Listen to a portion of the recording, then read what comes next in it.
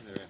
یکی خوشا به حال انسان هایی که با یاد خدا و کسب حلال با تربیه فرزندای خوب سفر آخرت میکنند.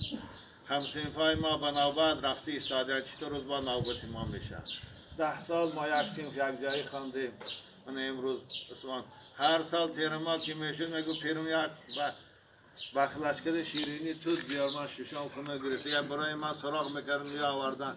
این سال هم یا تا آورده خانه مونده بودم که من اکی این سال تابو سوار شیرینی رو نخورده رفته ایستاده. خداوند سفرش عروسی کنه. باقی مانده هم صنفایی که ما داریم 5-6 مونده، خداوند اونا رو سلامت نگه دارن با یاد خدا کنن. بچه های عزیز، پدر و مادراتان رو دوست داره، پدر و مادراتان احترام کنیم. من بچه های هم صنف ما لحظه از سریقات باز میگردن دیگر او پدر نیست.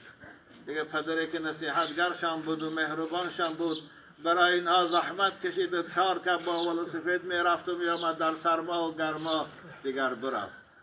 تا امروز خدمت کردن، دعاش گرفتن، انشاءالله فایده کردن. بچه های با برکت میشن. بچه های شما هم پدر و مادراتان حرمت میشن. خداوند نگهتان داره. که صحبت طولانی نمیکنم، در این وقتی ناراحتی هست، این کسلی هست.